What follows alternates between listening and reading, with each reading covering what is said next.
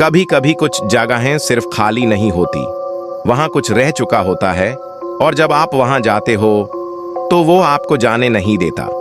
आज की कहानी है रूम नंबर 306 की, जहां जो भी एक रात गुजारता है वो सुबह कभी नहीं देखा गया। अली एक आम सा लड़का था।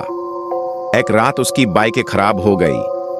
मजबूरन उसे शहर से बाहर एक पुराने होटल में रुकना पड़ा। रिसेप्शन पर कोई नहीं था, सिर्फ एक बूढ़ा आदमी जो धीमी आवाज में बोला, बेटा 306 मत लेना। अली ने वार्निंग को मजाक समझा और 306 की चाबी ले ली।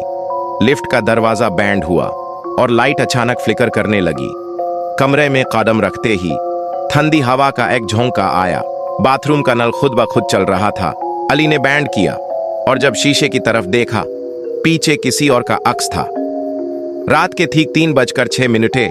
Knock knock. दरवाजा खोला, कोई नहीं, लेकिन फ्लोर पर गीले कदमों के निशान जो सीधा बेड तक आकर रुक गए।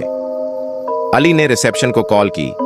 बुढ़ा कांपती आवाज में बोला, बेटा 306 में 10 साल पहले एक फैमिली मरी थी।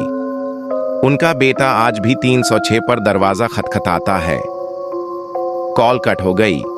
अचानक बेड के नीचे से आवाज आई, भाई लाइट बैंड मत करना। सुबह जब पुलिस होटल पहुंची, कमरा 306 खाली था। दीवार पर खून से लिखा था, अगला तुम हो, और रजिस्टर में अली का नाम, लेकिन चेकआउट कभी नहीं हुआ। अगर कोई कभी कहे यह कमरा मत लेना तो कभी जिद मत करना।